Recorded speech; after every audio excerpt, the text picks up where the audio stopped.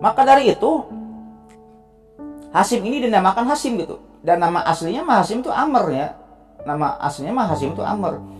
Karena Hasim ini orang yang pertama memberikan makanan berupa roti yang dipotong-potong untuk para jemaah haji, atau roti yang ditumbuk atau dipilah-pilah gitu ya.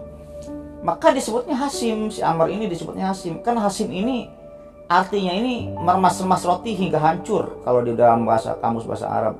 Atau orang yang memberi makanan, atau orang yang memilah-milah makanan. Kalau artinya itu Hasimnya itu.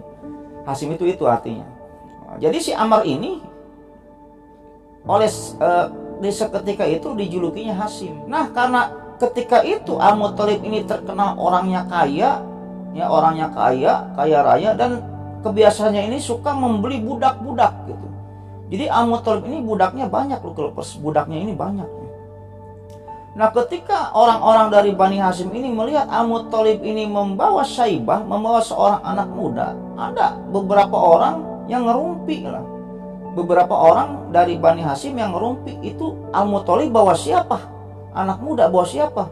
Oh, mungkin Al-Muttalib itu baru membeli budak baru gitu. Mungkin itu budaknya Al-Muttalib, kata orang-orang yang ngerumpi tersebut. Nah, yang dimana budak itu kan kalau dalam bahasa Arab ini abdu gitu. Jadi orang-orang tersebut menyebutnya Syaibah ini adalah Abdu Muttalib gitu. Abdul Muttalib gitu. Jadi budaknya Al-Muttalib gitu. Gitu loh kalau ceritanya. Nah, semenjak kejadian itulah Syaibah ini disebutnya bukan Syaibah gitu, tapi Abdul Muttalib, budaknya Abdul Muttalib. Ya udah, gorolongin aja. Digorolingin dadunya itu ya. Siapa anaknya yang mau dibunuh oleh Abdul Muttalib? Digelindingin dadunya. Gelinding. Ketika digelindingin, dadunya itu membuka namanya Abdullah. Waduh, Abdullah gitu kan. Yang dimana Abdullah lah yang harus dibunuh ketika itu oleh Abdul Muttalib, yang harus disembelih gitu. Akhirnya ya karena najar gitu kemudian ya. Abdul Muttalib pun ketika itu membawa Abdullah ini dan mengambil pisau, dan dibawa Abdullah ini ke dekat patung Ishaq dan Nailah itu. Dibawa. Dan Abdullah pun ketika itu mau disembelih oleh Abdul Muttalib. Ketika Abdullah ini mau disembelih oleh Abdul Muttalib, singkat cerita, Abdullah pun menikah dengan Aminah dan dikaruniai seorang anak gitu. Siapa Lukilopas anaknya? Ya betul, baginda besar Rasulullah Shallallahu Alaihi Wasallam, pimpinan umat Islam yang akan membawa umat Islam ini menjadi umat yang sukses, yang nantinya bisa menaklukkan Romawi dan Persia gitu. Itulah ayahnya Rasulullah Abdullah, dan itulah ibunya Rasulullah ini Aminah gitu. Orang suci, masing-masing dari keturunan terhormat Abdullah dan Aminah ini, dan bukan penyembah berhala gitu. Jadi Abdullah dan Aminah ini adalah, kalau dikata kitanya mah ahlul patro, orang suci. Tidak ada saya membaca di riwayat-riwayat Abdullah ini menyembah si Lata, si Uja, si Manat gitu. Tidak ada. Dan Abdullah pun meninggal sebelum Rasul diutus, sebelum Nabi anaknya ini diutus jadi Nabi dan Rasul. Nonsen kalau Abdullah ini masuk neraka, nonsen gitu. Intinya kayak gitulah, tidak masuk akal. Intinya kayak gitu kalau Abdullah ini masuk neraka, karena dia ahlul patro, meninggal sebelum anaknya diutus. Yang dimana ketika itu Abdullah ini hidup di dalam kosongnya zaman, kosongnya Nabi dan Rasul. Intinya kayak gitu. Mustahil Abdullah ini masuk neraka. Aminah juga sama, wanita suci, wanita terhormat. Abdullah juga sama, keturunannya siapa? Abdullah itu tadi tuh Abdul Muttalib, Raja Makkah gitu. Intinya kayak gitu. Terjemahkan sendiri oleh Lucky Loper maksud saya ini apa. Intinya kayak gitu.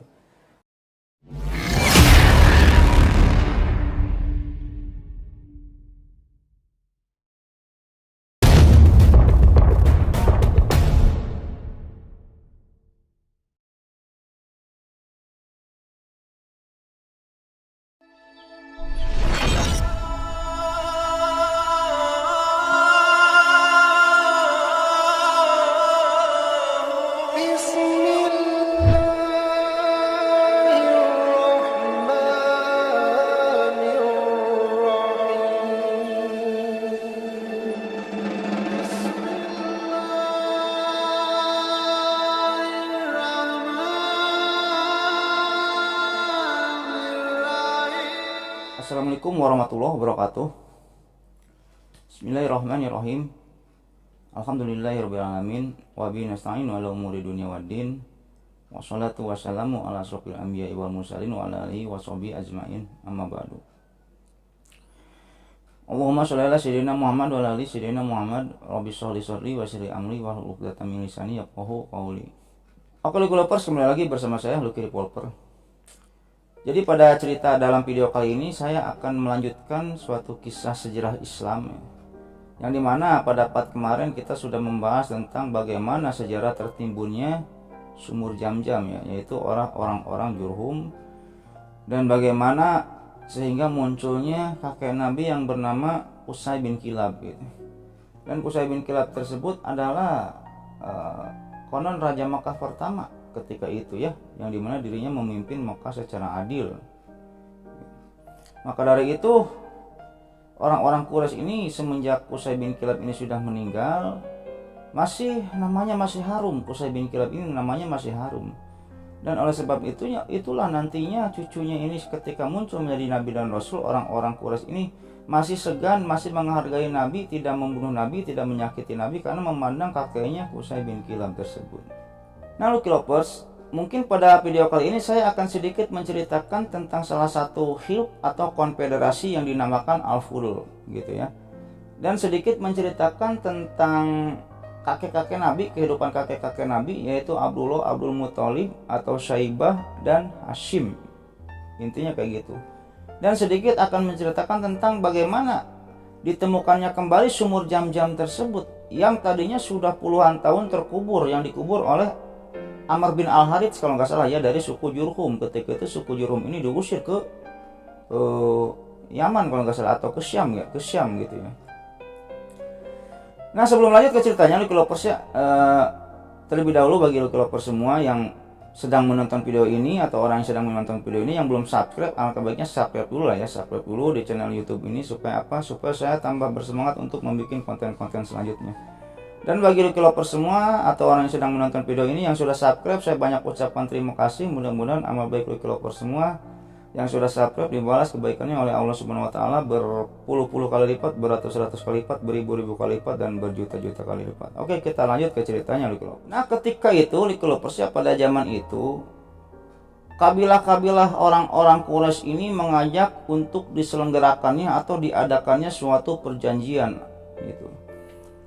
Yang dinamakan apa? Hilf Konfederasi Al-Fudul gitu. Apa itu Hilf Konfederasi Al-Fudul itu ya? Nah, isinya konfederasi Al-Fudul ini semua suku-suku yang ada di Arab, yang ada di Mekah ini bersepakat untuk jika mereka ini melihat orang yang teraniaya gitu ya, baik penduduk asli Mekah atau bukan asli Mekah gitu, mereka harus berdiri di pihak orang yang teraniaya tersebut gitu. Kalau misalnya ada orang yang teraniaya atau dijolimi atau apa gitu ya, yang teraniaya di Mekah atau di Jazirah Arab, ini suku-suku yang terikat oleh konfederasi Al-Fudul ini harus membantu orang yang teraniaya tersebut gitu, sehingga hak-haknya bisa dikembalikan lagi gitu, sehingga orang yang teraniaya tersebut tidak teraniaya lagi gitu, dan keadilannya sudah merasa tercukupi. Nah maka dari itu ketika itu pimpinan-pimpinan suku dan beberapa anggotanya ini berkumpul di rumahnya Abdullah bin Jud'an. Ada nama sesepuh lah ketika itu di Mekah ini, namanya Abdullah bin Jud'an. Nah ketika itu orang-orang suku-suku Mekah ini kumpul di sana dan akhirnya disepakatilah perihal adanya konfederasi Al-Fudul tersebut, yang dimana atas suatu adanya perjanjian konfederasi Al-Fudul tersebut banyaklah masalah-masalah atau banyak keadilan-keadilan yang diterapkan di Mekah itu ketika itu terhadap orang-orang yang dijolimi. Intinya kayak gitulah. Ngerti nggak Lucky Lovers? Misalnya contoh kayak gini lah, misalnya saya si A dengan si B ini berebut masalah tanah, misalnya kayak gitu ya. Ada seseorang si A dengan si B ini berebut masalah tanah, yang dimana si B ini mengklaim tanah tersebut adalah milik si A gitu. Akan tetapi yang sebenarnya pada aslinya ini tanah ini memang milik si A, tapi sama si B diklaim. Nah nanti si A penyelesaian perkara ini, masalah perkara tanah ini akan diselesaikan oleh orang-orang atau suku-suku yang terikat dalam Hilf atau Konfederasi Al-Fudul. Dicarilah bukti-bukti dan saksi-saksi yang ada. Jika sudah diketemukan, maka si A ini diperolehkan atau dinobatkan untuk si pemilik tanah gitu. Intinya kayak gitu loh. Jadi Konfederasi Al-Fudul ini, orang-orang yang terikat dengan Konfederasi Al-Fudul ini adalah mencari kebenaran terhadap orang yang teraniaya. Intinya kayak gitu. Baik itu orang yang teraniaya tersebut suku asli Mekah atau bukan. Intinya apanya sih itunya ya? Hakimnya atau apa gitu.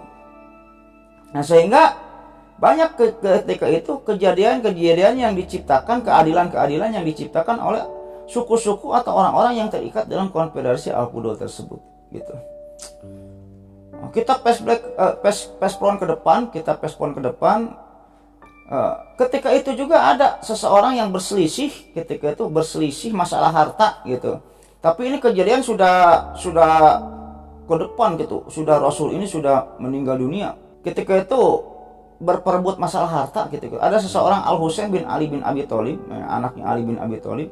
Ini Husain ini bersengketa dengan Al-Walid bin Utbah. Ketika itu Husain ini dipitnah masalah harta, kalau nggak salah, bahwa harta miliknya Husain ini bukan miliknya Husain tapi miliknya negara gitu. Tapi kata Husain, ini harta milik pribadi saya gitu. Akhirnya ketika itu Husain ini berdiri di Masjid Nabi itu dan meneriakkan, saya ingin diadakan Konfederasi Al-Fudul, kata Husain ketika itu.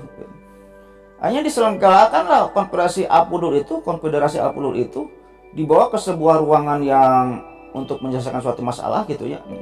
Ketika itu ada seseorang dari saksi yang mengetahui bahwa memang harta ini milik Husain, bukan miliknya negara. Salah satunya Abdullah bin Jubair ketika itu ya, Al-Miswar bin Makromah, terus Abdurrahman bin Utsman yang membela Husain, yang mengetahui bahwa harta ini mah milik Husain, bukan miliknya negara gitu. Akhirnya setelah permasalahan tersebut diselesaikan dalam Konfederasi Al-Fudul dan menyatakan bahwa harta itu adalah miliknya Husain, Al-Walid pun ketika itu memberikan haknya Husain dengan lapang dada gitu. Oh ya udah, berarti benar harta ini milik Husain gitu. Intinya kayak gitu. Itu kejadian puluhan tahun selanjutnya gitu. Nah, itulah manfaat atau gunanya Konfederasi Al-Fudul gitu, yang ketika itu dibentuklah oleh orang-orang Quraisy dan suku-suku Mekah. Itu sekilas tentang Konfederasi Al-Fudul. Oke, kita lanjutkan ceritanya di Lovers ya.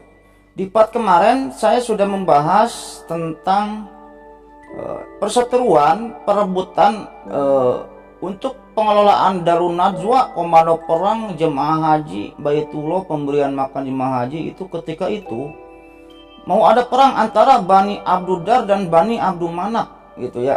Di part kemarin saya udah jelaskan. Sehingga ketika mereka ini mau berperang, akhirnya tidak jadi perangnya dan diambil jalan tengah. Yang dimana ketika itu disepakatilah bahwa pemberian pengelolaan Ka'bah, makan minum dan jemaah haji gitu ya, makan minum jemaah haji ini diserahkan kepada Bani Abdul Manaf gitu. Dan komando perang, pengurusan Darun Najwa ini diserahkan kepada Bani Abduddar.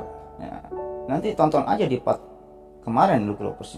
Nah, Lucky Lovers ya, ketika itu setelah pengurusan Baitullah atau Ka'bah, penyambutan jemaah haji diserahkan kepada Bani Abdul Manaf gitu Lucky Lovers ya. Yang dimana ketika itu setelah Abdul Manaf ini meninggal, pengurusan tersebut diserahkan kepada Abdu Syam gitu. Abdu Syam kan Abdul Manaf ini punya anak ya, Abdu Syam, Hashim, Al-Muttalib dan Naufal. Nah, setelah Abdul Manaf ini meninggal, pengurusan Baitullah, penyambutan jemaah haji diserahkan kepada Abdu Syam gitu. Dan setelah Abdu Syam ini meninggal, pengurusan Baitullah, jemaah haji, penyambutan jemaah haji, Ka'bah gitu diserahkan kepada Hashim gitu. Berarti Hashim ini kakaknya berarti ya, kakaknya Abdu Syam diserahkan kepada Hashim gitu. Siapa Hashim? Lucky Lovers. Nah, jadi Hashim ini adalah kakek buyutnya Nabi nantinya gitu. Kan Muhammad bin Abdullah bin Abdul Muttalib ya, atau Syaibah bin Hashim bin Abdul Manaf bin Qusay bin Kilab, gitu kalau persana. Nah ketika itu Hashim ini melakukan pengurusan Ka'bah dengan bijaksana, dengan sangat bijaksana, dengan sangat adil. Hashim pun menjamu makan-makan jemaah haji, yang dimana ketika itu Hashim ini menurut riwayat adalah orang yang pertama mentransisikan dua perjalanan bagi orang-orang Quraisy ketika itu, yaitu perjalanan di musim dingin dan di musim panas ketika itu. Ketika itu Hashim lah pencetusnya perjalanan di musim dingin dan musim panas tersebut. Untuk apa? Untuk berdagang ke Syam gitu. Terus kemana lagi gitu, ke Yaman gitu. Hashim lah orangnya yang pertama kali mencetuskan dua perjalanan tersebut nih. Ila fi Quraisy ila fi Imrih latasita iwasoib gitu. Jadi di tafsir-tafsir perjalanan yang dimaksud adalah berdagang. Dan Hashim pun adalah orang yang pertama memberikan makanan sejenis bubur atau roti yang ditumbuk atau yang dipilah-pilah, diremes-remes, dipotong-potong dan diberikan kepada para jemaah haji. Hashim itu orang yang pertama kali melakukan hal tersebut gitu. Maka dari itu Hashim ini dinamakan Hashim gitu. Dan nama aslinya mah Hashim itu Amr ya. Nama aslinya mah Hashim itu Amr. Karena Hashim ini orang yang pertama memberikan makanan berupa roti yang dipotong-potong untuk para jemaah haji, atau roti yang ditumbuk atau dipilah-pilah gitu. Maka disebutnya Hashim, si Amr ini disebutnya Hashim. Kan Hashim ini artinya ini meremas-remas roti hingga hancur kalau di dalam kamus bahasa Arab. Atau orang yang memberi makanan, atau orang yang memilah-milah makanan.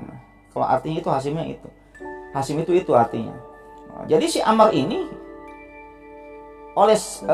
di seketika itu dijulukinya Hashim gitu. Kakek Nabi ini namanya Amr, dijulukinya Hashim oleh karena itulah gitu ya. Karena dia suka memberikan makanan dengan cara memotong-motong roti untuk jemaah haji. Ya inti ceritanya mah Hashim bin Abdul Manaf ini wafat di Gajah daerah Syam ya. Wafat ini di Gajah di daerah Syam. Setelah Hashim ini meninggal, tugas menyambut jemaah haji ini diserahkan kepada Al-Muthalib bin Abdul Manaf gitu ya. Yang anaknya Abdul Manaf itu kan ada Abdul Syam, Hashim, Al-Muthalib dan Naufal. Ada 4 anaknya Abdul Manaf ini.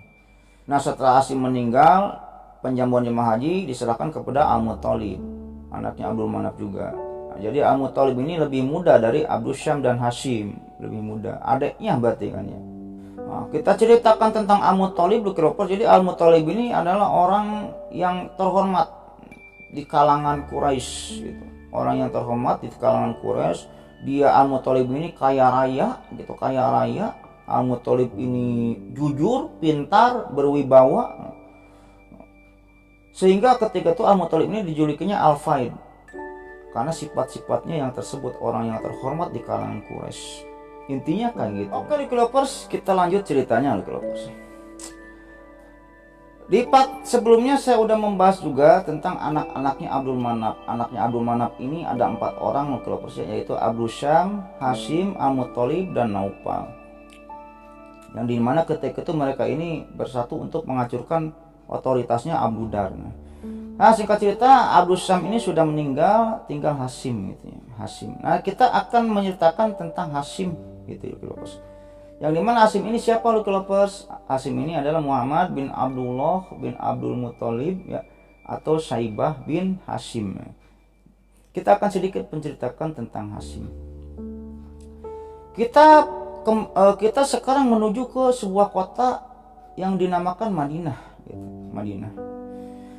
Ketika itu Likilovers, di Madinah ada seorang perempuan dari Bani Adi ya, seorang perempuan dari Bani Adi yang namanya Salma binti Amr di Madinah ini ya.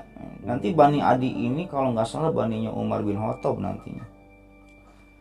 Nah Likilovers, Salma binti Amr ini di Madinah ini adalah keturunan Bani Adi yang sangat terhormat ya. Bani Adi bin An-Najjar sangat terhormat, orangnya cantik.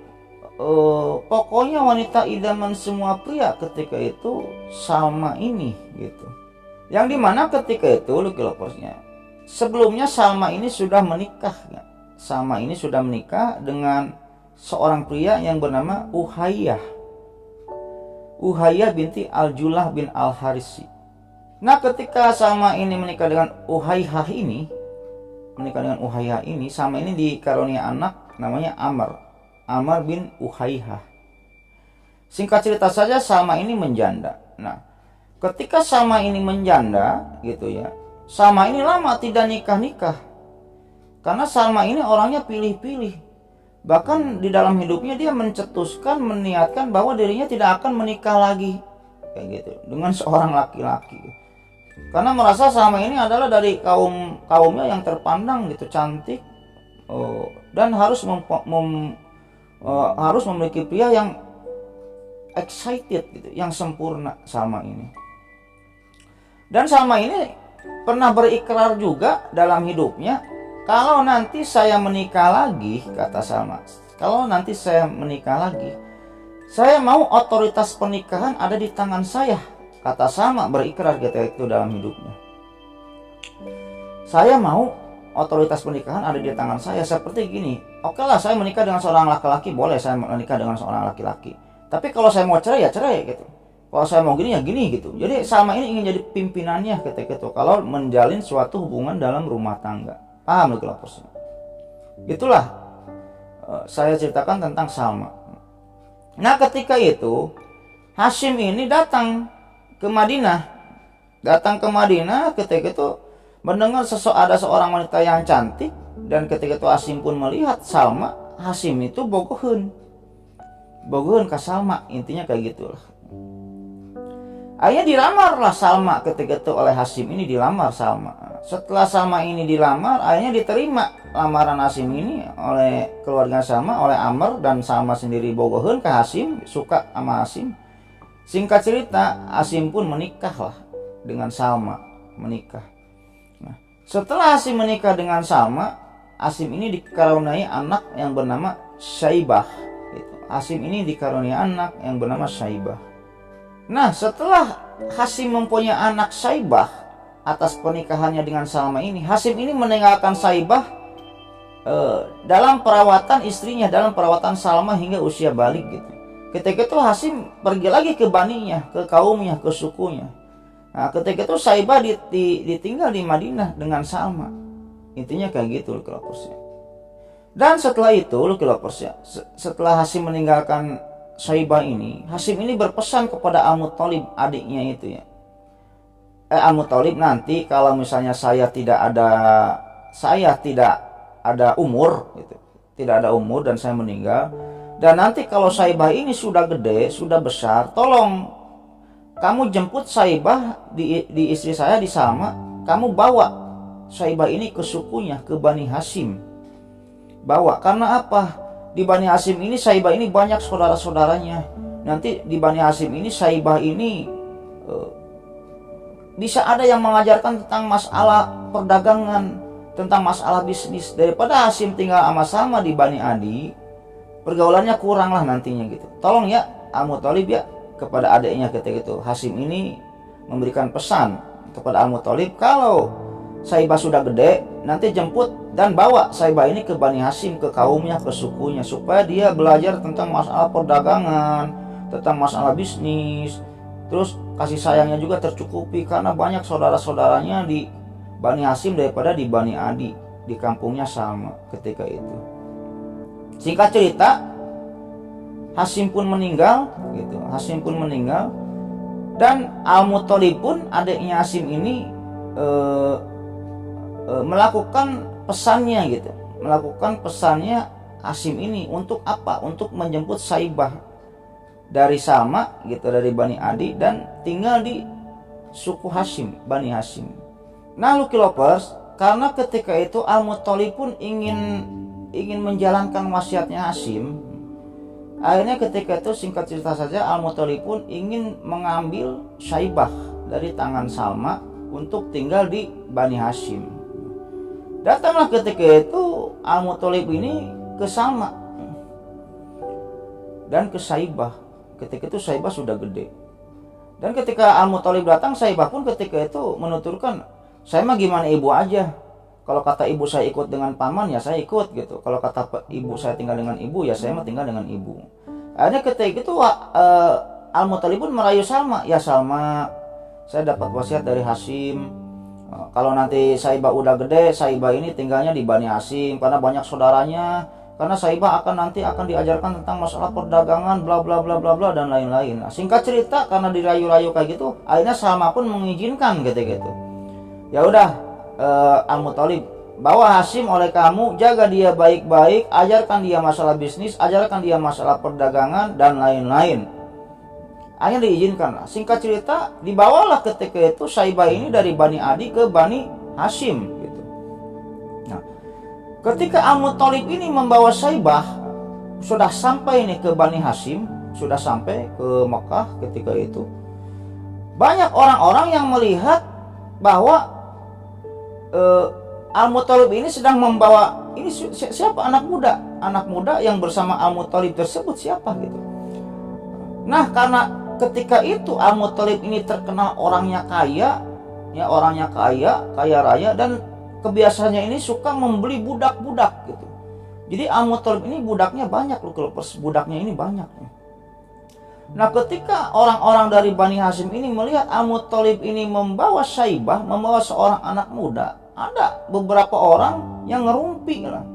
Beberapa orang dari Bani Hashim yang ngerumpi, itu Al-Muthalib bawa siapa? Anak muda bawa siapa? Oh, mungkin Al-Muthalib itu baru membeli budak baru gitu. Mungkin itu budaknya Al-Muthalib, kata orang-orang yang ngerumpi tersebut. Nah, yang dimana budak itu kan kalau dalam bahasa Arab ini abdu gitu. Jadi orang-orang tersebut menyebutnya Saibah ini adalah Abdu Muthalib gitu. Abdul Muthalib gitu. Jadi budaknya Al-Muthalib gitu. Gitu loh kalau ceritanya.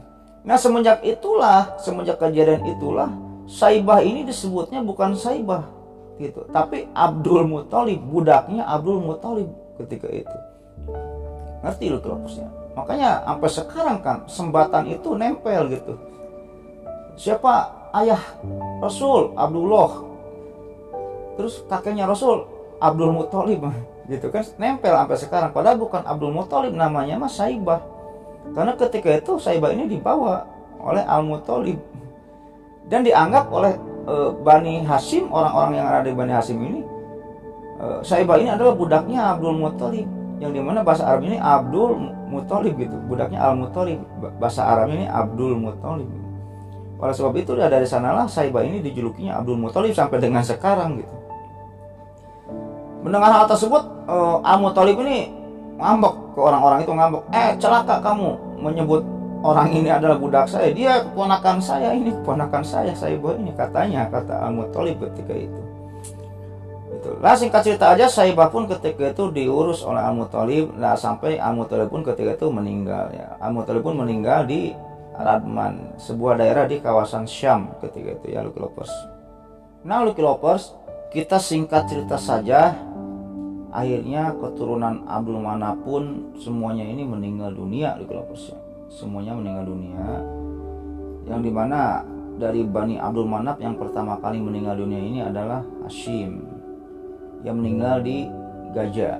Hashim ini meninggal di Gaza. Terus Abdul Syam meninggal di Mekah. Al-Muthalib meninggal di Radman, daerah Yaman, dan ada satu lagi kalau nggak salah Naufal ini meninggal di kawasan Irak, di Salman, kawasan Irak.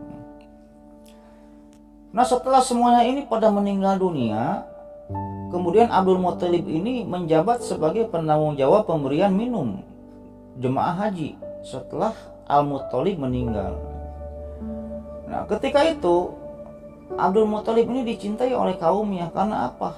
Karena ketika itu Abdul Muthalib ini atau Saibah ini, kita sebut Abdul Muthalib aja lah ya, karena Abdul Muthalib ini memimpin Mekah ketika itu secara adil. Makanya ketika itu dicintai oleh kaumnya Abdul Muthalib ini, sehingga disematkanlah gitu ketika itu Abdul Muthalib ini menjadi pimpinan Mekah. Intinya kayak gitu loh. Nah, Lucky Lovers, ketika Abdul Muthalib ini mendapatkan jabatan tentang pengurusan Ka'bah gitu, pengurusan Ka'bah, pemberian makan minum jemaah haji gitu ya, Ketika itu pemberian minum jemaah haji ini diadakan atau diambil air-airnya ini dari suku-suku yang ada di Mekah. Ketika itu masing-masing suku yang ada di Mekah ini menggali sumur masing-masing kayak gitu loh Kelovers. Akan tetapi ketika itu air yang ada di Mekah ini istilahnya kurang lah untuk menjamu jemaah haji tersebut, intinya kayak gitu lah. Yang dimana pada suatu ketika Abdul Muthalib ini lagi sendiri, lagi tidur di Hijr dekat Ka'bah, tidur aja dia tuh di Hijr. Dalam tidurnya Abdul Muthalib ini bermimpi didatangi oleh seseorang, yang dimana dalam mimpinya tersebut seseorang tersebut ngomong kepada Abdul Muthalib, "Ya Abdul Muthalib, galilah Thaibah." Ketika itu Abdul Muthalib ini bertanya, apa itu Thaibah? Akan tetapi ketika itu orang tersebut menghilang dan Abdul Muthalib ini kembali terbangun dari tidurnya. Dan Abdul Muthalib pun ketika itu bertanya-tanya, ini mimpi saya ini apa artinya? Mimpi saya ini apa artinya gitu. Nah, suatu ketika lagi, pada suatu hari lagi Abdul Muthalib ini tidur lagi di Hijr. Ketika tidur di Hijr ini bermimpi lagi, didatangi oleh orang yang sama ketika itu. Oleh orang yang sama didatangi dan orang tersebut ngomong kepada Abdul Muthalib, "Ya Abdul Muthalib, galilah Baroh." Ketika itu Abdul Muthalib ini bertanya kepada orang yang ada di mimpinya tersebut, apa itu Baroh? Akan tetapi ketika itu orang tersebut menghilang dan Abdul Muthalib pun terbangun kembali dari mimpinya gitu. Bertanya-tanya lagi Abdul Muthalib ini. Nah, ketika itu pada suatu hari lagi Abdul Muthalib ini tidur lagi di Hijr dan bermimpi lagi bertemu dengan orang tersebut, dan orang tersebut dalam mimpinya Abdul Muthalib ini berbicara kepada Abdul Muthalib ini, "Ya Abdul Muthalib, galilah Al-Madnunah." Kembali Abdul Muthalib menanyakan perihal apa itu Al-Madnunah, akan tetapi orang tersebut menghilang dan Abdul Muthalib pun terbangun lagi dari mimpinya. Kembali Abdul Muthalib ini bertanya-tanya, apa arti mimpi saya ini? Dan pada mimpi yang keempat, suatu hari Abdul Muthalib pun tidur lagi di Hijr dekat Ka'bah, yang dimana kembali Abdul Muthalib ini mengalami mimpi yang sama, didatangi oleh orang tersebut, dan orang tersebut dalam mimpinya Abdul Muthalib ini berkata kepada Abdul Muthalib ini, "Ya Abdul Muthalib, galilah Jam-Jam." Ketika itu Abdul Muthalib pun bertanya balik kepada orang yang ada di mimpinya itu, apa itu Jam-Jam? Yang dimana ketika itu orang tersebut dalam mimpinya menjelaskan, "Jadi ya Abdul Muthalib, air Jam-Jam ini adalah air yang tidak pernah habis, melimpah ruah dan akan menjadi air minum bagi jemaah-jemaah haji nantinya.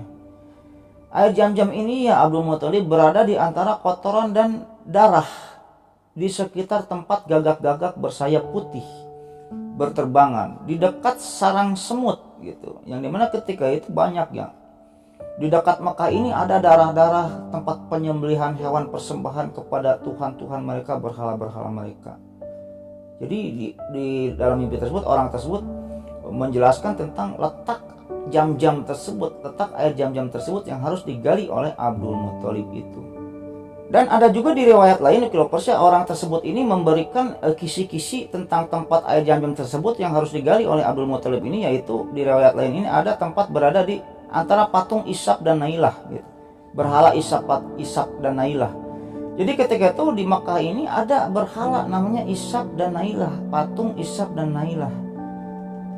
Yang konon Ishaq dan Nailah ini, riwayatnya ini adalah seorang muda-mudi yang sedang dimabuk cinta, yang dimana ketika itu dirinya ini melakukan hubungan seksual atau jinah di Ka'bah, dan ketika itu Allah mengutuknya menjadi patung. Nah, ketika itu udah dijadikan patung Ishaq dan Nailah ini, orang tersebut ya disimpan oleh orang-orang Mekah ini di dekat Ka'bah gitu. Nah, orang tersebut pun memberikan kisi-kisi tentang letaknya air Jam-Jam tersebut di antara berhala Ishaq dan Nailah ketika itu. Nah, akhirnya setelah adanya mimpi tersebut, Abdul Muthalib pun ketika itu bertanya-tanya, ini mimpi saya ini apa? Kok saya disuruh menggali gitu, ngegali air, ngegali sesuatu yang di mimpinya itu disebutkan air. Berarti ini mungkin air yang sudah terkubur ratusan tahun yang lalu gitu kan, oleh suku Jurhum itu. Abdul Muthalib berpendapat kayak gitu. Nah, ketika itu sebelum melakukan penggalian, Abdul Muthalib ini bernajar Bernazarnya ini kayak gini, kalau mimpi ini benar, jadinya, benar adanya ketika saya menggali ini, benar ditemukan air, ya Allah saya akan bernazar ketika itu. Jika benar mimpi ini dan ini ditemukan air, ya Allah saya akan bernazar kalau nanti saya punya 10 anak laki-laki gitu, yang dimana anak laki-laki tersebut bisa saya besarkan semua dan dalam keadaan sehat, saya akan menyembelih salah satu anak saya di antara 10 tersebut gitu. Bernazarnya kayak gitu. Jadi Abdul Muthalib nantinya akan menyembelih satu anak dari di antara 10 anaknya tersebut gitu.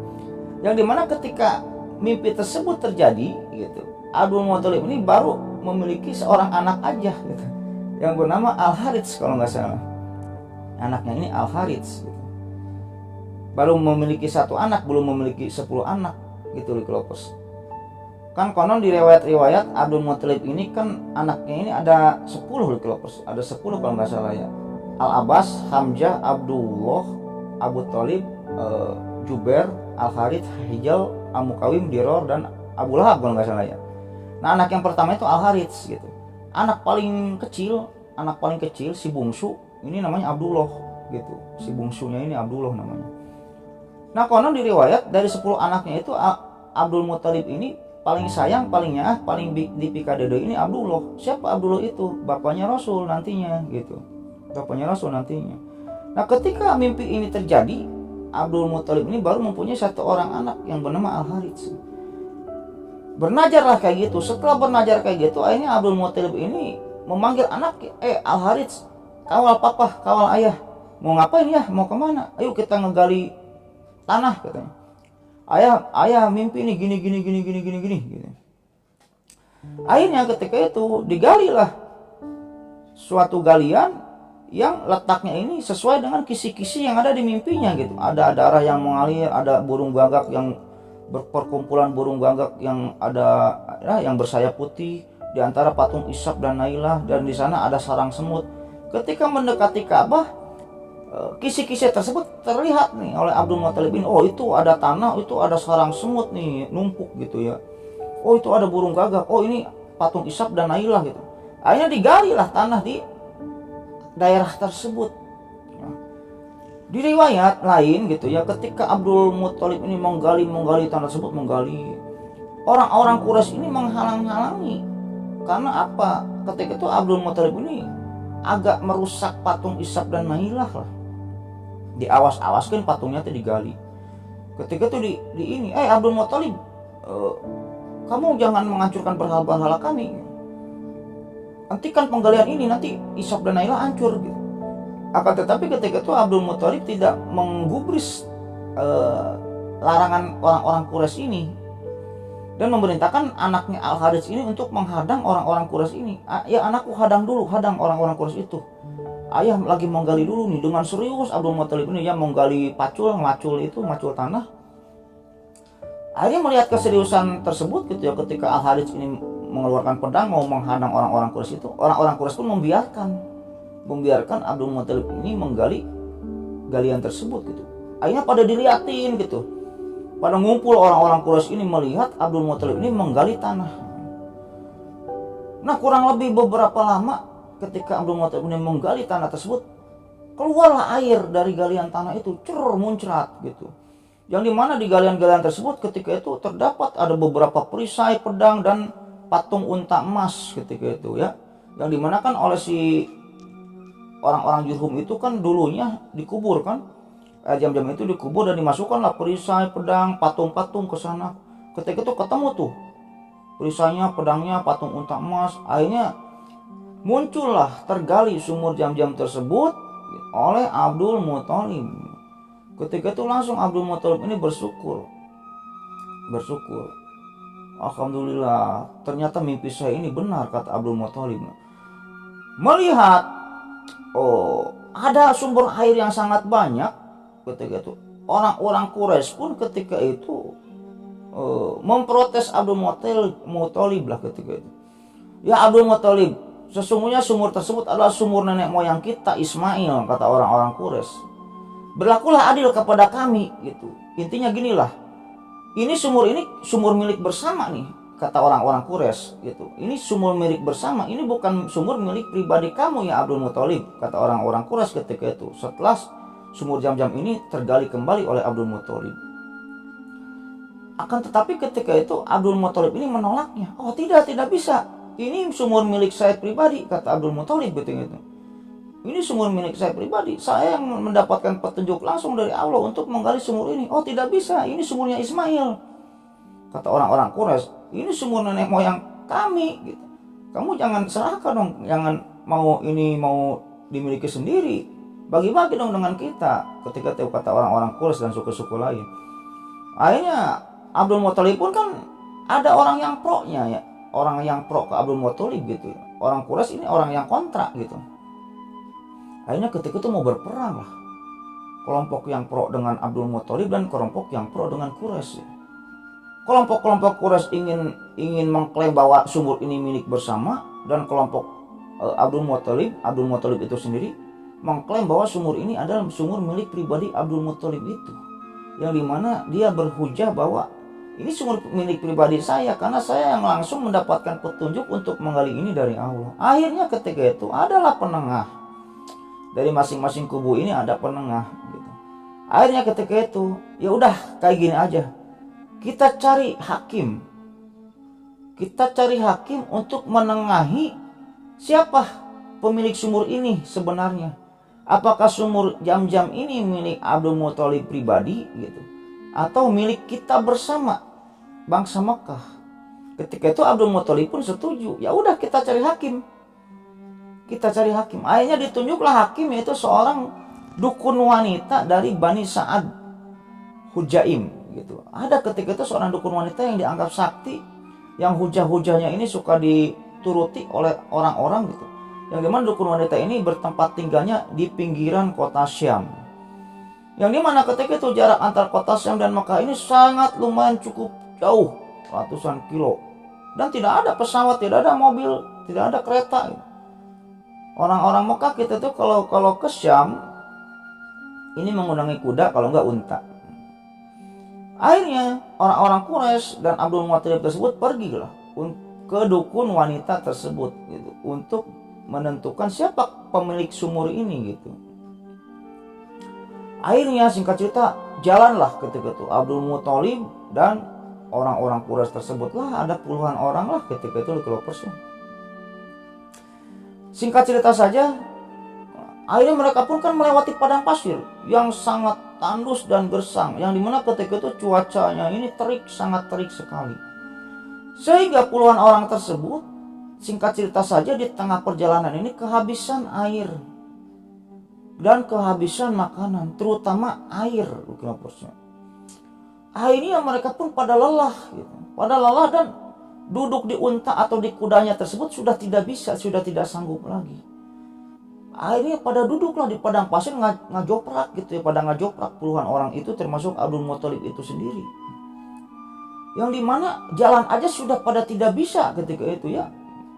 Tapi ada ketika itu ada 1-2 orang yang masih memiliki air gitu dalam perjalanan tersebut. Akan tetapi ketika orang yang memiliki air tersebut diminta airnya oleh orang yang tidak memiliki air, tidak diberikan airnya. Enak aja, ini air saya sedikit, gak tahu ini juga saya bisa kuat sampai berapa hari gitu. Singkat cerita, pasrahlah puluhan orang-orang Quraisy dan Abdul Muthalib tersebut pasrah.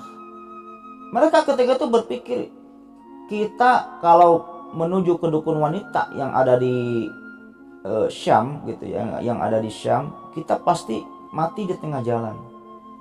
Kita pasti meninggal nih Abdul Muthalib, kita pasti meninggal di tengah jalan gitu. Dan kalau kita balik lagi ke Mekah, kita juga pasti meninggal di tengah jalan.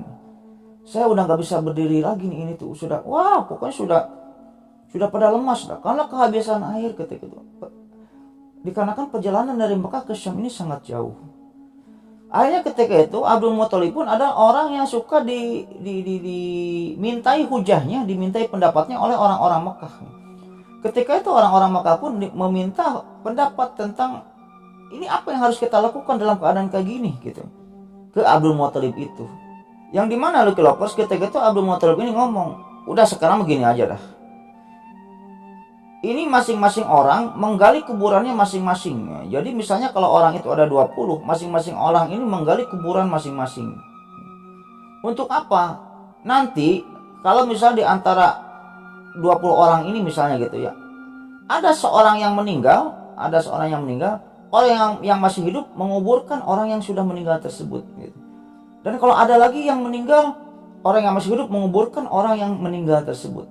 Dan kalau tersisa 2 orang, yang satunya meninggal, jadi yang satu yang masih hidup ini menguburkan orang yang meninggal tersebut. Ngerti nggak kalau persen? Akhirnya ketika itu orang-orang Quraisy pun menganggap ide itu adalah ide yang sangat cemerlang. Akhirnya masing-masing orang ketika itu di tengah padang pasir yang sangat tandus menggali kuburannya masing-masing. Nah, setelah menggali kuburannya masing-masing, masing-masing orang pun tidur di samping kuburannya tersebut gitu ya, tidur gitu sambil menunggu ajal, mati gitu, maut gitu. Dan ketika itu Abdul Muthalib pun berkata kepada orang-orang Quraisy tersebut, "Ini kalian tunggu dulu di sini ya, kalian tunggu di sini. Kamu mau kemana Abdul Muthalib?" "Ya saya mau berusaha dulu, mau nyari air, siapa tahu ada air gitu. Kalau misalnya kita udah usaha dan saya tidak menemukan air dan kita meninggal di sini karena kehausan, ya meninggal kita tidak sia-sia lah, yang setidaknya kita udah usaha gitu." Akhirnya ketika itu Abdul Muthalib pun pergilah ke daerah-daerah sekitar gitu ya, di tengah padang pasir itu mencari air ya, dengan menggunakan kuda atau untanya gitu, keliling yang dimana ajaibnya ketika Abdul Muthalib ini sedang mencari-cari air gitu, akhirnya Allah pun memberikan pertolongan kepada Abdul Muthalib tersebut, yaitu berupa apa? Ketika itu telapak kaki tunggangan Abdul Muthalib gitu, gak tahu unta gak tahu kuda gitu ya, di telapak kakinya itu memancar air yang sangat deras sekali, memancar air ketika itu. Untanya atau kudanya, telapak kaki unta atau kudanya Abdul Muthalib ini. Dan melihat tersebut Abdul Muthalib pun bersyukur, alhamdulillah saya telah diberikan istilahnya pertolongan oleh Allah. Akhirnya ketika itu Abdul Muthalib pun meminum air dari telapak kaki tunggangannya itu dan memanggil orang-orang Quraisy itu, sini katanya, ini ada air. Dan ketika orang-orang Quraisy ini melihat telapak kaki tunggangan Abdul Muthalib ini keluar air yang sangat banyak, mereka pun meminum semua airnya. Dan orang-orang yang koret tadi ya, yang tidak memberikan air itu, yang tidak memberikan air, yang masih mempunyai air itu dikasih juga sama Abdul Muthalib. Sini isi juga tuh kempu-kempu air kamu, diisi. Akhirnya mereka pun pada minum, akhirnya pada segar lagi ketika itu. Orang-orang Quraisy ini pada segar lagi karena ada air gitu. Nah, melihat kejadian tersebut gitu ya, akhirnya orang-orang Quraisy pun legowo.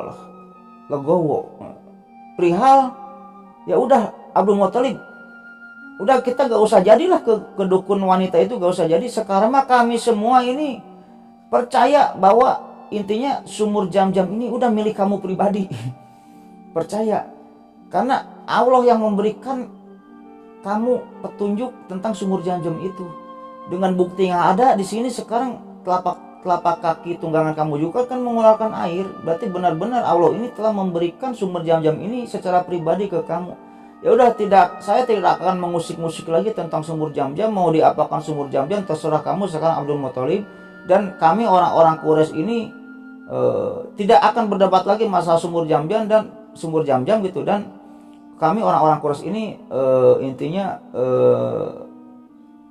mempercayai atau memberikanlah bahwa mengiyahkan gitu bahwa sumur Jam-Jam ini adalah milik Abdul Muthalib pribadi. Akhirnya legowo orang-orang Quraisy kita itu tidak berdebat lagi masalah sumur Jam-Jam. Akhirnya pada pulang lagi tuh ke Mekah. Abdul Muthalib ini pada pulang ke Mekah dan tidak jadi untuk pergi ke dukun wanita yang ada di Syam tersebut. Intinya kayak gitu Lekilopers. Ya akan tetapi ketika itu ya sumur Jam-Jam ini ya dibagi-bagi oleh Abdul Muthalib juga. Ya Abdul Muthalib juga tidak koret gitu ya, tidak pelit gitu. Kalau orang Quraisy mau ngambil sumur Jam-Jam, Abdul Muthalib nyuhunkeun nya, oh sok mangga. Datang lagi banyak suku-suku lain, Abdul Muthalib nyuhunkeun nya, oh mangga katanya gitu. Abdul Muthalib juga baik gitu. Nah Lukiloper, setelah Abdul Muthalib ini menemukan sumur Jam-Jam, akhirnya kehidupan Mekah ini damai, makmur, karena udah ada sumur atau sumber air yang bisa menghidupi semua kota Mekah dan jemaah haji ketika itu.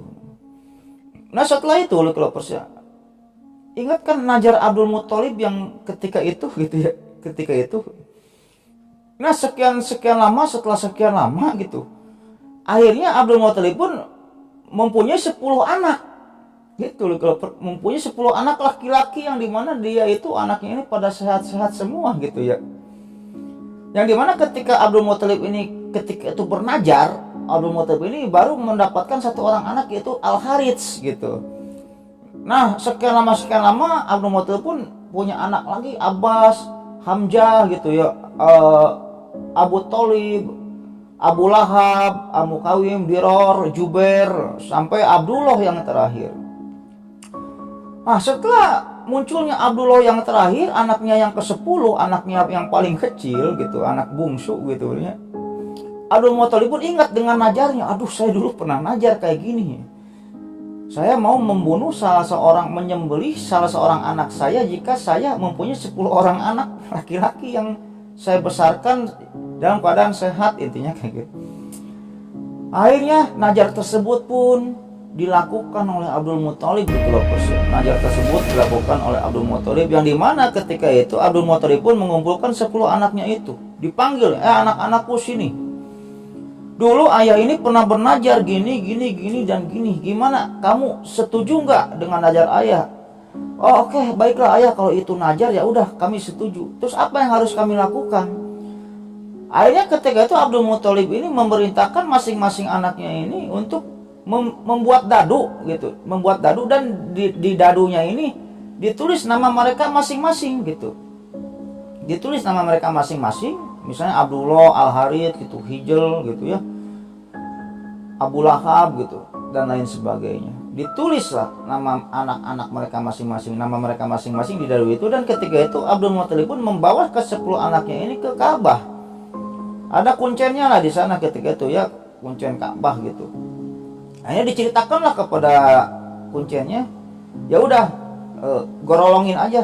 Akhirnya digorolongin dadunya itu ya. Siapa anaknya yang mau dibunuh oleh Abdul Muthalib? Akhirnya digelindingin dadunya. Gelinding. Ketika digelindingin, dadunya itu membuka namanya Abdullah. Waduh, Abdullah gitu kan. Yang dimana Abdullah lah yang harus dibunuh ketika itu oleh Abdul Muthalib, yang harus disembelih gitu. Akhirnya ya karena najar gitu kemudian ya, Abdul Muthalib pun ketika itu membawa Abdullah ini dan mengambil pisau, dan dibawa Abdullah ini ke dekat patung Ishaq dan Nailah itu, dibawa. Dan Abdullah pun ketika itu mau disembelih oleh Abdul Muthalib. Ketika Abdullah ini mau disembelih oleh Abdul Muthalib, dilihat oleh orang-orang Quraisy. Abdul Muthalib, ngapain kamu mau nyembelih anak sendiri? Gitu. Diceritakan oleh Abdul Muthalib, saya pernah bernajar dulu gini. Oh tidak bisa, jangan disembelih Abdullah, kata orang-orang Quraisy ketika itu. Niscaya kamu sekarang ini pimpinan Mekah, dan kamu kalau menyembelih anak kamu gara-gara najar kamu, niscaya perbuatan kamu ini akan diikuti oleh orang-orang nantinya. Jika ada orang-orang yang najar, nantinya orang-orang Mekah akan membunuh anak-anaknya sendiri. Hal tersebut menjadi jelek lah nantinya, intinya kayak gitu kata orang-orang Quraisy ini. Akhirnya ketika itu terus apa yang harus saya lakukan, kata Abdul Muthalib ini. Udah, kita cari jalan tengah, kita cari hakim, kata orang-orang Quraisy ini. Akhirnya ketika itu ditunjuklah hakim untuk menyelesaikan perkara tentang najarnya Abdul Muthalib ini. Yang dimana ketika itu disepakatilah dan ditunjuk ada seorang wanita juru ramal yang ada di Hijaz. Wanita juru ramal yang ada di Hijaz. Konon katanya wanita ini memiliki pendamping jin. Akhirnya ketika itu Abdul Muthalib dan orang-orang Quraisy pun mendatangi wanita itu yang ingin diminta pendapatnya gitu. Kalau kata wanita itu ya udah bunuh Abdullah, ya dibunuh Abdullah gitu. Kalau kata wanita itu jangan dibunuh Abdullah, terus apa idenya gitu, maksudnya gitu ya, apa solusinya gitu. Ketika itu Abdul Muthalib pun menyetujui, ya udah kita pergi ke peramal itu katanya di Hijaz. Akhirnya pergi ke Hijaz. Setelah sampai ke rumahnya peramal itu, singkat cerita saja, datang, oh yuk masuk kata dukun itu, masuk.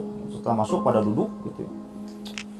Ketika itu wanita tersebut pun pergi ke kamarnya dan ngomong, nanti saya akan bicara dengan jin saya dulu, katanya. Ditinggal ketika itu Abdul Muthalib dan orang-orang Quraisy tersebut ditinggal. Ya, kurang lebih beberapa saat datang lagi wanita tersebut, peramal tersebut ke Abdul Muthalib dan orang-orang Quraisy datang lagi. Ini kamu najar Abdul Muthalib? Iya, najar saya gini. Saya harus membunuh 1 orang anak saya jika saya mempunyai 10 anak laki-laki. Terus wanita itu memberikan ide. Kalau misalnya diat di daerah kamu ini berapa? Kata wanita itu gitu. Kata si peramal itu, diat itu pengganti nyawa gitu. Oh, kalau diat di kami 10 ekor unta gitu. Jadi ketika itu di Mekah ini, kalau misalnya saya membunuh seseorang gitu, dan saya meminta maaf, saya harus membayar kepada pihak keluarga yang telah saya bunuh ini 10 ekor unta, 1 nyawa 10 ekor unta gitu loh, Kelovers. Yang dimana ketika itu mereka pun menjawab, oh diat di kami di Mekah ini 10 ekor unta. Ya udah gini aja, kalau diat di daerah kalian ini 10 ekor unta, Abdullah ini gantikan dengan 10 ekor unta. Kata peramal tersebut, kata peramal wanita tersebut. Sekarang kalian pulang, kata peramal ini, kalian pulang lagi ke Mekah, dan nanti kalian setelah sampai di Mekah, kalian buat dadu. Yang dimana di antara dadu di kedua sisinya ini tulis nama Abdullah dan tulis nama unta. Kata peramal itu ya. Nanti dadu tersebut digorolongin ya. Kalau misalnya dadu tersebut muncul nama unta, ya udah kamu sembelih unta itu 10 ekor. Akan tetapi kalau ketika kita menggelindingkan dadu tersebut muncul nama Abdullah gitu ya, gelindingin lagi dadunya. Kalau muncul nama Abdullah lagi, tambah 10 ekor unta lagi gitu. Muncul lagi nama Abdullah, tambah 10 ekor unta lagi. Muncul lagi nama Abdullah, tambah 10 ekor lagi unta lagi. Kalau misalnya kita udah ngegelindingin dadu tersebut sebanyak 5 kali dan muncul nama unta, berarti nyawa Abdullah ini ditukar dengan 50 ekor unta. Intinya kayak gitu. Ngerti gak lu, Kelovers? Gitu. Akhirnya orang-orang Quraisy dan Abdul Muthalib pun menyetujui saran dari si peramal itu. Oh, itu ide yang bagus katanya. Ya udah, terima kasih peramal katanya. Akhirnya balik lagi lah ketika itu Abdul Muthalib ini dengan orang-orang Quraisy ini balik lagi ke Mekah. Akhirnya dilakukan ketika itu oleh Abdul Muthalib ini ya. Dia membuat dadu dengan sisi-sisinya ini nama Abdullah dan nama unta. Akhirnya Kelovers, ketika dadu ini digelindingin, muncul nama Abdullah. Wah, muncul nama Abdullah. Akhirnya digelindingin lagi 2 kali. Gelinding, muncul lagi nama Abdullah. Waduh. Akhirnya digelindingin lagi 3 kali, muncul nama Abdullah. Sampai 9 kali muncul nama Abdullah. Akhirnya di ke-10 kali dadu itu digelindingin, baru muncul nama unta. Yang dimana artinya nyawa Abdullah ini harus ditukar dengan 100 ekor unta. Karena dadu ini 10 kali gelindingan, ngerti gak Kelovers? Gitu. Akhirnya melihat hal tersebut gitu ya, orang-orang Quraisy ini, ya udah Abdul Muthalib sekarang sembelih 100 ekor unta untuk mengganti nyawanya Abdullah. Ketika itu Abdul Muthalib gak mau. Oh, saya gak mau. Saya pengen gelindingan ini sebanyak 3 kali gitu. Kalau 3 kali berturut-turut nama unta ini muncul, baru saya mau membayar diat Abdullah ini dengan 100 ekor unta. Akhirnya digelindingin lagi, muncul lagi nama unta. Digelindingin lagi, muncul lagi nama unta sampai 3 kali. Akhirnya Abdullah pun tidak jadi disembelih oleh Abdul Muthalib dan digantikan dengan 100 ekor unta. Intinya kayak gitu loh, Kelovers. Akhirnya Kelovers, atas kejadian tersebut Abdul Muthalib pun senang karena Abdullah ini sudah tidak, najarnya ini sudah terlepas lah ya. Yang dimana pada suatu ketika, pada suatu hari Abdul Muthalib pun melihat ini Abdullah ini kok udah gede, ini belum nikah, belum punya pacar gitu ya. Akhirnya pada suatu ketika, pada suatu hari Abdul Muthalib pun mengajak Abdullah ini ke rumah seseorang petinggi Quraisy gitu ya. Ketika itu ada seorang wanita yang ternama gitu, wanita soleh di kalangan Quraisy gitu. Konon wanita ini adalah keturunan terbaik di Quraisy, di suku Quraisy. Wanita ini bernama Aminah. Aminah ini mempunyai ayah namanya Wahab. Akhirnya pada suatu ketika Abdul Muthalib pun mengajak, Abdullah, kita main yuk ke Pak Wahab. Ya udah ayo katanya. Singkat cerita saja, akhirnya Abdullah pun diajak oleh Abdul Muthalib ini main ke rumahnya Wahab. Dan ketika Wahab ini ketemu dengan Wahab, akhirnya Abdullah pun dikenalkan dengan Aminah yang dirinya adalah wanita suci, wanita soleh, keturunan terbaik yang berasal dari Quraisy. Singkat cerita saja, akhirnya Abdullah tersebut dinikahkan oleh Wahab dengan anaknya yang bernama Aminah. Dan ada riwayat lain ya, Lucky Lovers ya, ketika dalam perjalanan Abdul Muthalib ini mau main ke rumahnya Wahab dengan Abdullah, ada seorang wanita yang menghampiri Abdullah ini gitu. Wanita ini berasal dari Bani Asad, dari Bani Asad. Intinya, ya Abdullah nikahi saya gitu. Saya pengen menikah dengan kamu ya Abdullah gitu. Ya wanita ini konon di riwayat adalah saudaranya Waraqah bin Naufal gitu. Abdullah nikahi aku. Abdullah pun gak mau ketika itu ya, gak mau menikah gitu. Akhirnya datang ke rumah Wahab gitu kan. Akhirnya Abdullah pun oleh Wahab ini dinikahkan dengan anaknya yang bernama Aminah. Yang dimana Aminah ini adalah wanita cantik dan keturunan terbaik dari Quraisy. Wanita suci, wanita soleh. Singkat cerita, Abdullah pun menikah dengan Aminah dan dikaruniai seorang anak gitu. Siapa Lucky Lovers anaknya? Ya betul, baginda besar Rasulullah Shallallahu Alaihi Wasallam, pimpinan umat Islam yang akan membawa umat Islam ini menjadi umat yang sukses, yang nantinya bisa menaklukkan Romawi dan Persia gitu. Itulah ayahnya Rasulullah Abdullah dan itulah ibunya Rasulullah ini Aminah gitu. Orang suci, masing-masing dari keturunan terhormat Abdullah dan Aminah ini, dan bukan penyembah berhala gitu. Jadi Abdullah dan Aminah ini adalah, kalau dikata kitanya mah ahlul patro, orang suci. Tidak ada saya membaca di riwayat-riwayat Abdullah ini menyembah si Lata, si Uja, si Manat gitu. Tidak ada. Dan Abdullah pun meninggal sebelum Rasul diutus, sebelum Nabi anaknya ini diutus jadi Nabi dan Rasul. Nonsen kalau Abdullah ini masuk neraka, nonsen gitu. Intinya kayak gitulah, tidak masuk akal. Intinya kayak gitu kalau Abdullah ini masuk neraka, karena dia ahlul patro, meninggal sebelum anaknya diutus. Yang dimana ketika itu Abdullah ini hidup di dalam kosongnya Nabi dan Rasul. Intinya kayak gitu. Mustahil Abdullah ini masuk neraka.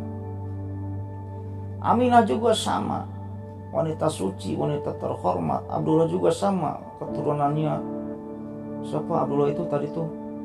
Abdul Muthalib, Raja Makkah. Intinya kayak gitu. Terjemahkan sendiri oleh Lucky Lovers, maksud saya ini apa. Intinya kayak gitu. Nah gitu Lucky Lovers ya. Mungkin cerita pada video kali ini menghibur Lucky Lovers ya. Mudah-mudahan menghibur dan ambil sisi baiknya, buang sisi jeleknya. Dan jika saya ada salah-salah kata, salah sejarah gitu, salah nama, ya mungkin itu kesalahan pribadi saya gitu. Karena saya sebagai orang awam dan ini saya hanya menceritakan tentang apa yang saya ketahui saja gitu. Sampaikanlah kebenaran walaupun satu huruf gitu ya. Dan mudah-mudahan gitu Lucky Lovers dalam cerita ini saya sebagai penyalur dan Lucky Lovers ini sebagai pendengar, mudah-mudahan kita semua mendapatkan pahala dari Allah Subhanahu wa taala, beribu-ribu kali lipat, beratus-ratus kali lipat pahalanya. Dan jangan lupa untuk mendukung channel ini, jangan lupa subscribe, like, dan bagikan video ini ke teman-teman Lucky Lovers semua untuk menjadikan bahan pelajaran nantinya. Dan sebelum video ini saya tutup Lucky Lovers ya, terlebih dahulu saya akan mendoakan kepada Lucky Lovers semua. Allahumma inna nas'aluka bi anna lakal hamdu la ilaha illa anta wa dakala syarika lakal mananu badi'us samawati wal ard Jul jalal wal ikram ya hayyu qayyum. Mudah-mudahan Lucky Lovers semua diberikan kesehatan, diberikan umur yang panjang, diberikan rezeki yang melimpah, dipermudah karirnya. Nah, jika ada Lucky Lovers semua ada yang belum punya jodoh gitu ya, Bang, saya pacaran kemarin saya lihat pacar saya selingkuh, bla bla bla. Ya mudah-mudahan jika bagi seorang pria gitu ya, mudah-mudahan cepat dipertemukan jodohnya oleh Allah, yaitu seorang wanita yang baik kayak Aminah gitu ya, yang soleh, yang sayang kepada suami gitu.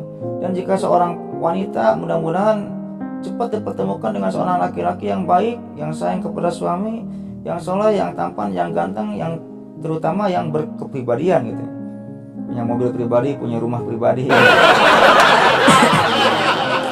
Dan jika laki lovers semua atau ada keluarganya yang sedang sehat, mudah-mudahan diperpanjang nikmat sehatnya oleh Allah Subhanahu wa taala. Dan jika ada keluarga yang sedang sakit atau laki lovers semua yang sedang sakit, mudah-mudahan segera diangkat penyakitnya oleh Allah Subhanahu wa taala dan tidak disakitkan lagi sampai wafat.